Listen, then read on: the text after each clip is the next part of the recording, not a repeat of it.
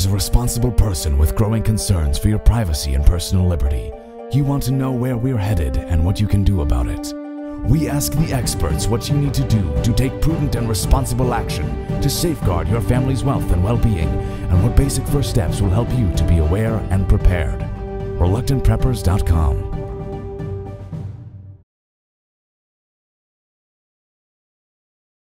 We are here with Pam Lucashu from Homeschool and Parental Rights. She's a homeschool and parental rights advocate. And also Deborah Stevenson, who is from the National Home Education Legal Defense, LLC.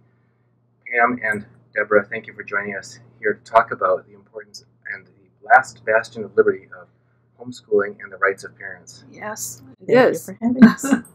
Thank you. We are at the Red Pill Expo at Hartford, Connecticut, 2019, hosted by G. Edward Griffin, and you were among a panel of other speakers that we just heard over in the main arena, and you talked to us about some very concerning trends that are happening, such as Agenda 21 and Agenda 2030, and also where we are being duped and need to make sure that we look to our intrinsic rights and the rights guaranteed by our Constitution before making any compromises that might actually take away some of our parental rights.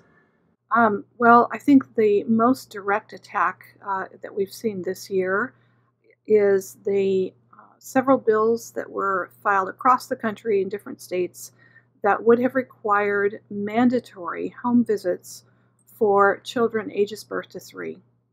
And those were difficult battles in those states. They got them to dial it back a little bit so that they became optional, and they are targeted towards people who are defined as at-risk parents. Often at-risk parents are defined as in the poverty range. So that is, I would say, the most immediate attack, and I anticipate that there will be more bills like that. So we need to be alert to them happening. They are proposed as a measure to help, of course. They're just going to help families parent better. They're going to catch a potential abuse before it happens. They're going to help the parents, and they're going to make sure that all their vaccinations are on course. It all sounds wonderful. It all sounds wonderful. Right. They're going to insert themselves into every aspect of that child's life. So we need to be aware that that is happening. It's not usually on our radar because it's not something that we have a lot of, I'd say, distinct advocacy groups for. So, for instance, Deborah and I work primarily in the homeschool field, but there are not, I don't see as many advocacy groups as parental rights, parental protection. That's a broader picture that starts when we've been concerned for decades about homeschooling rights. Melody and I are homeschool parents of 5 who've gone all the way through high school. We've all of ours have now graduated college with honors and so on. The rights of parents to choose as primary natural educators of their children is absolutely essential. But you talked in your lectures about how there's this insertion of the state, the government, between the parents and their children. Yes. In many different examples of separating, taking the natural role of the parent away from the parent and taking the child away from the parent. And at first, that sounds bad enough if it's if it's City Hall. But when it becomes the United Nations, often some unelected agenda of some other people we'll never know or be able to influence, that's more chilling even more. Can you talk to us a little bit about sort of that progression from interfering with schooling as one thing, but then basically interfering with the family and separating parents? And I would also like to add the unconstitutionality of the interference of the government into us educating our children. Well, there is a myth that homeschooling is something new, and it is absolutely not. It has always been legal. That's also a myth that it only became legal in the 1980s. It has always been legal because it is one of our unalienable rights to bring up the child and educate the child. And that has been since time immemorial. It has been codified in certain states in certain ways. Each state has their own regulation or not. In Connecticut, we're relatively free to do the educating of our children as we choose, and we have fought long and hard to keep that freedom. And I think that's what it takes, is to be vigilant about what your rights are, where they come from, and they do come from ourselves. We are born with rights. Declaration of Independence declared that, and that was unique in the world at the time. We are free to do as we choose, and we, the people, have created some government to make sure that we are, human nature being what it is, we have to have some controls on society. And so we created a government, but a limited government.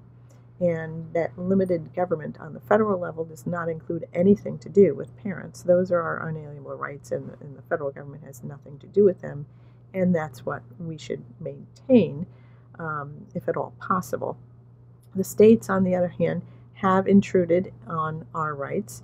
But again, we the people created the state government. And if we allow the state government to make those rules and those regulations and pass those laws, then it's up to us, if we don't like them, to take back that freedom and to vote them out or educate them so that they won't do that. But that takes us. That's what our system is. We have the power to do that which we need to do to protect our unalienable rights, and we should be doing that. Yes, I agree. And I think one of the things that was powerful experience for my husband Dunagun and I was, in one state we were in, we had a very vocal homeschooling organization, and so we were very free to do a lot of what we needed to do to educate our children. Having to move to another state, found that there was less of an organization and we had less rights. So I really agree with what you're saying, Deborah, is that we do need to get together. So if people are planning on homeschooling, they really need to try to form groups so that they can Advocacy. Thank you. Advocate.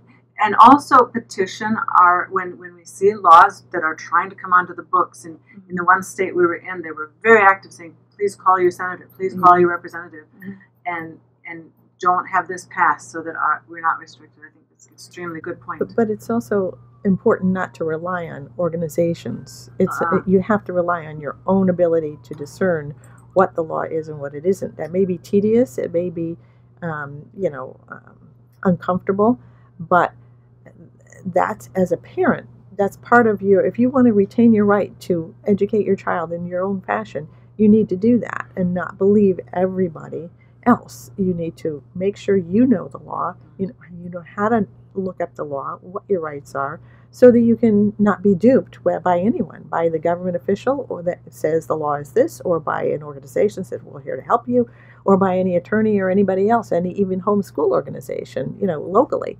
So you have to make those decisions on your own. Each parent needs to take that responsibility on, along with educating their child. I'll claim that we've been in a multi-generational dumbing down, not only of our school attendees, but of our parents, forgetting that, as you said, homeschooling was, since time began, the original way, the ordinary way, not the exception. And so it's not something new, as you pointed out, but most or many parents today were never told that. They don't grow up with that as what they saw around them. Therefore, that they say, a lot of them feel rather overwhelmed at the thought of, how could I ever manage this, rather than realizing this has been the norm for generations, uncountable. But secondly, if they're feeling overwhelmed at the thought of how can they homeschool in the first place, but they really want to, the thought that they're going to have to become legal experts to go up against City Hall and the state government, everything, can be doubly overwhelming. So you're there to say, I believe, you really can do this. You really can understand what the laws are in your state, and where's an example of a place where they could go to actually find out what the laws are and make it through that and get some confidence that they can, okay, now I've got that under my belt, now I can move on to how am I actually going to do this homeschooling thing. It's far easier today to find that out than it was years ago. And I can tell you that when I started this journey, I was not an attorney. I was a mom, just like your mom, and there came a time when there was some threat to our right to do this. And as a mom, I spoke to another mom and said, what's going on? And this other mom was going to write a letter to somebody, and I'm like, well, why? What about? Etc. It's because you don't know. And as a mom, I started getting information, and the government official would say, or the writing in whatever letter would say, well, this is the law, and they'd quote part of it, and then and quote another part of it, and say, you have to do this. And I'm like, okay, well, why? And so then I began to look up what the law actually said, and when you read the entire law, it didn't say that at all. Okay, the important part they left out made it was completely the opposite. So that's when I began to think, okay, and then I looked around. Oh, what I look around for? A lawyer or whatever, somebody help, a group, whatever. And there wasn't any at the time that would help or would do anything. And so I looked around and said, well, I guess I have to do it then. And as a mom, then that's how it started. And then you join with other people, you provide information to each other, you communicate, and then you do what you have to do as a mom. Because it's no different than if your child were threatened by anything else. You as a mom are going to protect that child and do whatever you can. It's easier today because all you have to do is go to your computer and to look up the laws. Every state now has its own website, and on the website the 3 branches are there, and the legislative branch is where you start. Another way to look up the law is to go to the law library at the local law school, or at each courthouse usually has a law library, and you ask the reference librarian there where to start. Or you can just Google it online. I'm sorry, I shouldn't use Google, should I? But you should, yes, DuckDuckGo or whatever. But anyway, it's easier to do that today and look up the law. And then this is common sense. The law is supposed to be written so the common person can understand it. Now, that's a whole other subject I could get into, but if you don't understand it, then you need to just communicate with another human being to try to figure it out yourself and do the critical thinking, because if you ask a government official, they're going to tell you what they think it is. Another source we encountered was the Homeschool Legal Defense Association, HSLDA.org. They have the key excerpts from all 50 states' laws clickable there, so you can get that within a few minutes. Now, when you say maybe it's not enough? Well, what I'm saying is not to trust me when I say what the law is, not to trust any other organization, but to look it up for yourself, because everyone can make mistakes. And what you're looking for may not be on whatever website, okay? So you have to look at the original sources, just like you have to look at the Declaration of Independence, you have to look at the Constitution, you have to look at the actual laws, not what somebody says the law is, okay? Not a compilation, not somebody, not an attorney, nobody. You have to look it up yourself and read it to see what it actually says. Easy for an attorney to say. Well, I was a mom when I started. I kind of agree with Deborah. Eventually I agree with Deborah, because I work for a state organization that has a website that explains what the laws are in Connecticut, and Deborah works with another organization statewide as well that also explains what the laws are. Her own organization explains what the laws are about homeschooling. And my organization also works with HSLDA, and we've specifically worked with them on a statement of the law of what homeschooling is in Connecticut, because it's complicated because of the story of how we got to where we are. But I still think that our organizations are a good place for a homeschooling parent to start, to get an idea of what the law is. Most states, I work with state homeschool leaders around the country, and most states have some form of statewide homeschool organization that does what we do. They're a good resource. It's kind of like you want to study the history of something, and one of my favorite ways to research is to read a children's book first, because it gives me a broad overview, and then I can go in and pick what else I want to look at. And I also understand Deborah's point about saying, eventually, in order to have the confidence to advocate for yourself, and it's going to take all of us, not just Deborah and not just me, it's going to take the actions of individual parents. And the more you actually understand your own state statute or your own law governing homeschooling, parental rights, etc., the more confident you will be in your ability to talk to your legislator and educate them and fight for your rights. We just had that happen in Connecticut this year. We had a bill that would have changed homeschooling law substantially, and our organizations did send out alerts to our members. And so we had over 100 people, hundreds of people show up at the Capitol, parents who came in to testify. And as a result, the threatening sections of the proposed bill were removed before the vote. So, but and again, I agree that it takes coordination when threats happen. mm-hmm. But it really does take, and that's what NHELD, my organization, National Home Education Legal Defense, has always sought to do, is to tell parents you're not always going to have a lawyer with you. You're not always going to have an organization in your state. You move to state to state. Organizations are different from time to time, different people on them. So you really need to, my group is about empowering individuals to do what they can on their own. There's always help out there, but it's really important so you know your own rights and so you can advocate for yourself. And you can start the group that you want in the state if you need it. Gives you enough confidence to go back to law school, huh? That's true.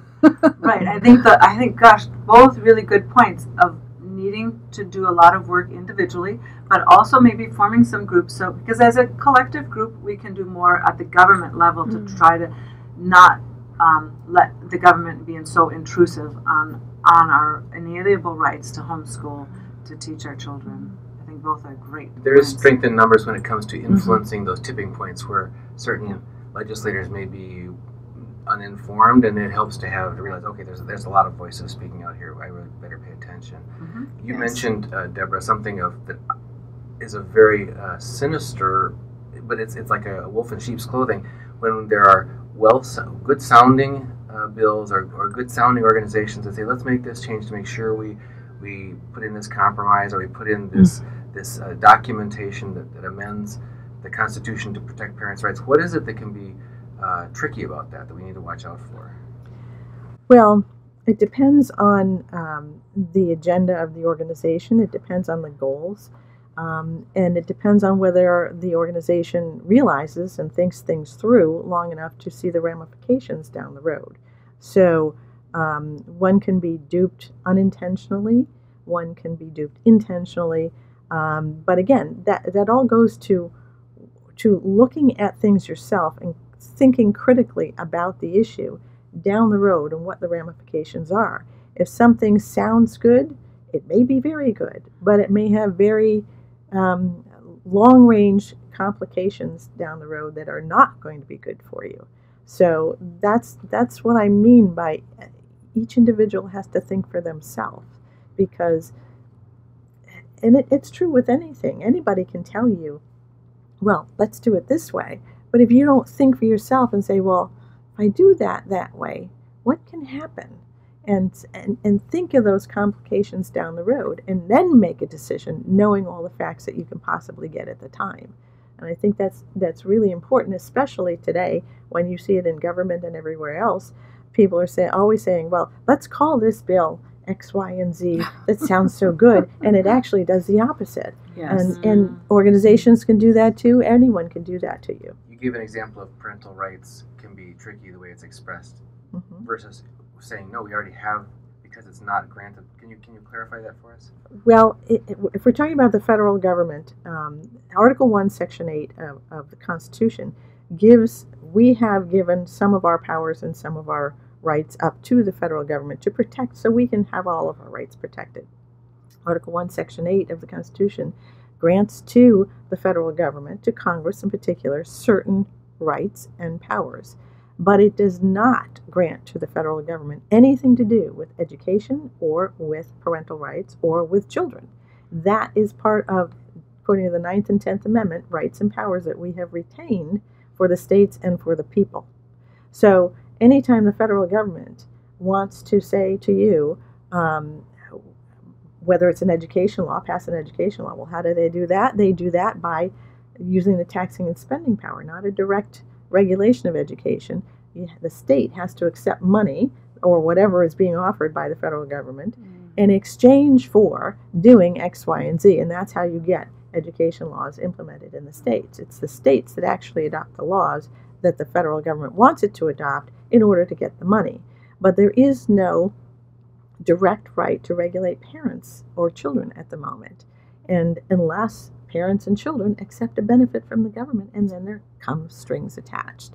So that you have to be aware of those things, and people are not taught that anymore. But a federal law to protect parents' rights sounds good until you think it through, and you said that's right, because if you change the Constitution, now you're giving the federal government the right to have a say over parents and children, and even if they want to do it beneficially to protect parents and children, what will be the long-term consequence of that? How do you protect parents and children if you have the authority of the federal government? How would you do that? Well, you'd have to set up a federal agency to do that.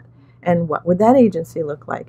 Who protects, supposedly, parents and children in the states? On the state level, that would be a Department of Children and Families or a CPS, kind of agency. And do you really want a federal agency having anything to do with parents and children? Because how much can you actually influence a state Department of Children and Families or Child Protection Services? You really can't. That's a difficult job enough, but how would you do that on a federal level? So that gets complicated. Yeah. There is another side to the issue of whether or not we need a parental rights amendment at the federal level. So the other argument is that, and I understand that the potential danger of opening up our Constitution to amend it, even if you do it with the stated purpose of a limited subject. However, I also understand the argument for a parental rights amendment, which is that it wouldn't necessarily set up a federal agency. We don't have agencies set up to preserve our Fourth Amendment rights. It's embedded in our laws and administered by our courts. But the parental rights amendment is arguably similar to one of our Bill of Rights, like the Fourth Amendment right. And the reason that those who promote the PRA do so is because they are seeing the U.S. courts interpret our laws. This isn't going to be a surprise after my talk, according to international law. International law should not be a part of our legal decisions, but they're looking outside the country instead of to our own laws. And so they're saying... Sorry to interrupt. Sure. But I wanted to, since you're talking about that, you spoke today at the Red Pill Expo on the UN Agenda 21 and yes. the UN Agenda for 2030. Yes. So if we could touch on that while you're touching on this important topic too, because that's globally how yes. they want to run yes. the United States. So, absolutely. And so we see it as it touches on parental rights. In fact, it happened in Connecticut when I first became involved in helping out homeschool organizations. There was a state senator who proposed a bill that would have made Connecticut determine all child policy, all laws on affecting child policy, according to the UN Convention on the Rights of the Child, which is truly frightening. The UN Convention of the Rights of the Child is a separate document from Agenda 21 and Agenda 2030, but it gives the children rights and instills the rights directly in the children instead of the parent making those decisions until the child is legally competent to do so. So if the child still really is having a difficult time making those choices, then who is going to make the choice for them? And the answer is someone else, not the parent, the state. And that's where we are headed with things like the UN Agenda 21 and 2030, specifically 2030 Sustainable Development Goals 4.7, states that eventually by 2030 all learners will understand sustainable development, not only understand it, but will promote it, and that part of sustainable development and sustainability encompass human rights, global citizenship, gender equality. I have no idea how this really ties into sustainable development until you get to some of the other statements which explain that in order to sustain our life and sustain our earth, that maybe some people are less sustainable than others. For instance, those who are highly educated. And that's when I talked about the Pogo poster that from Walt Kelly back in 1970 for Earth Day that said, "We've met the enemy and he is us." That really spells out the nihilistic view of the UN agenda, and they're incorporating that more and more into our schools. I'll bet you anything that parents of a public school child today will have heard some of these buzzwords used. I agree that the UN Convention on the Rights of the Child and Agenda 21 and Agenda 30 are terrible things. However, there is the solution to international influence is not changing our Constitution. There are much better ways to deal with that. One, for the UN Convention on the Rights of the Child, again, that would be a treaty. Treaties have to be ratified by 2/3 of the Senate.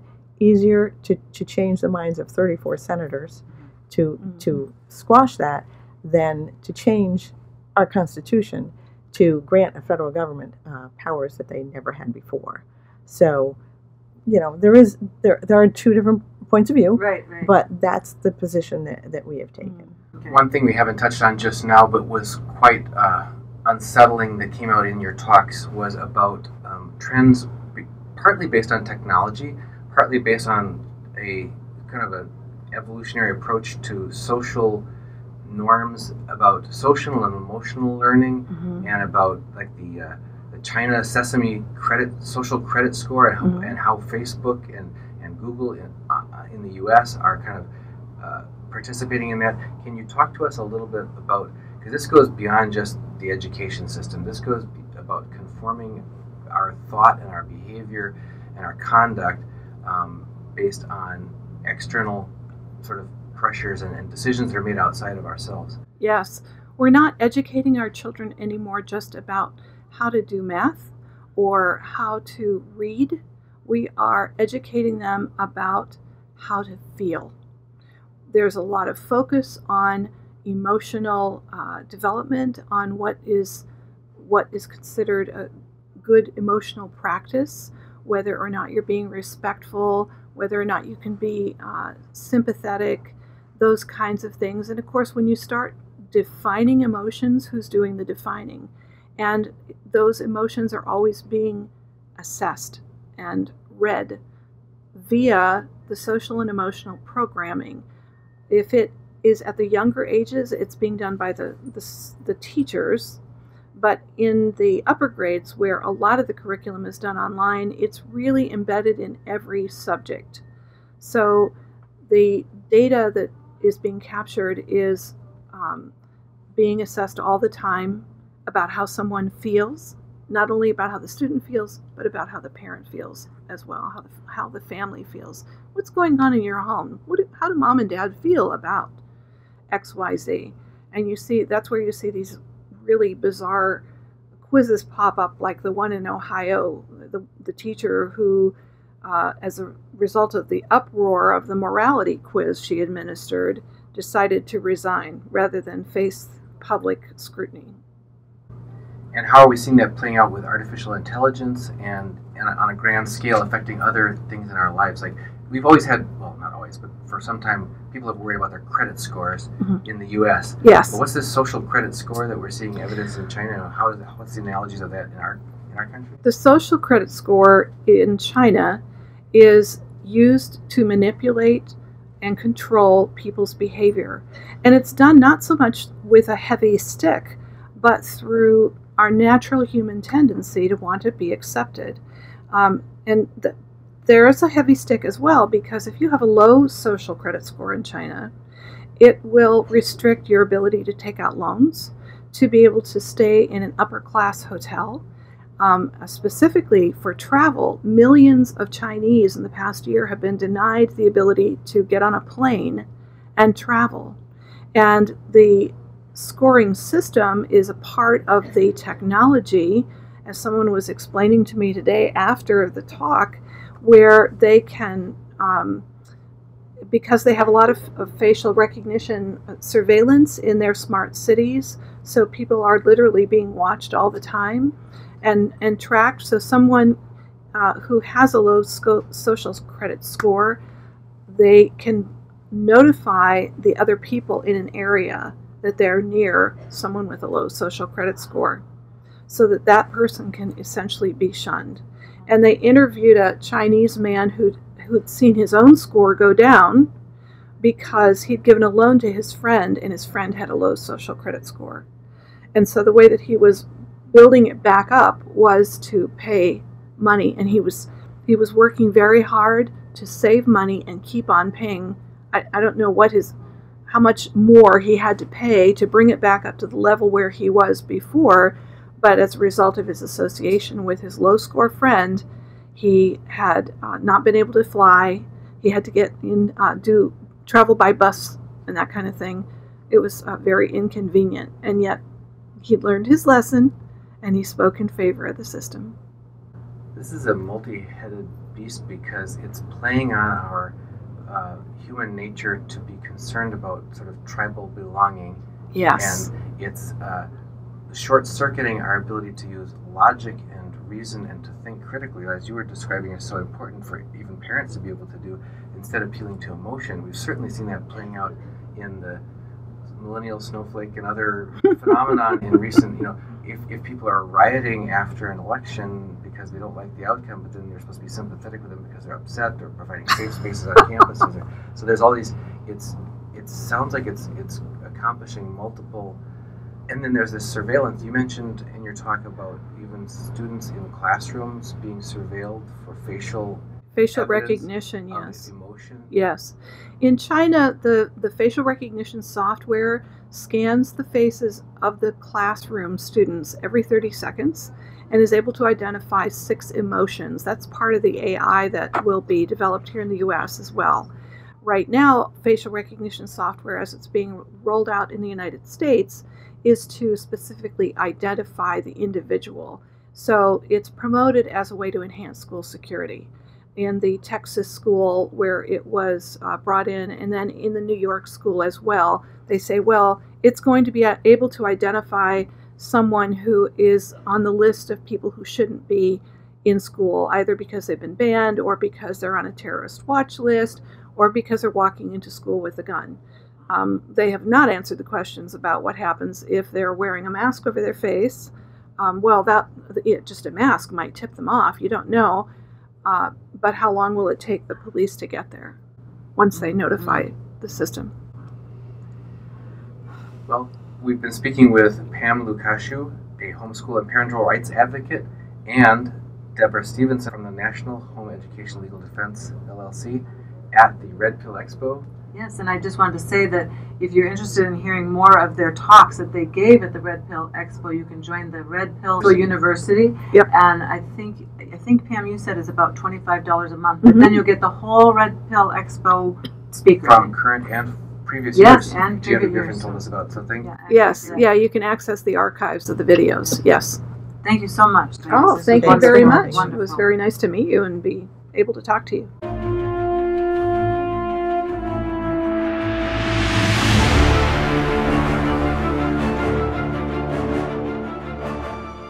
What if gold or silver drop in price after I order it? Well, everything fluctuates with time, but nothing has held up longer and better than gold and silver throughout all the changes that have happened in history. Your first ounce of silver is at spot price, and you get free shipping on any order over $99 at sdbullion.com/RP. Hey, Reluctant Preppers. If you haven't heard, we've already started our monthly 1-ounce U.S. Silver Eagle thank you gift to one active Patreon subscriber each month, signed by your host, Dunagun Kaiser. And you don't want to miss out on that. Please help us grow by subscribing today at patreon.com/reluctantpreppers.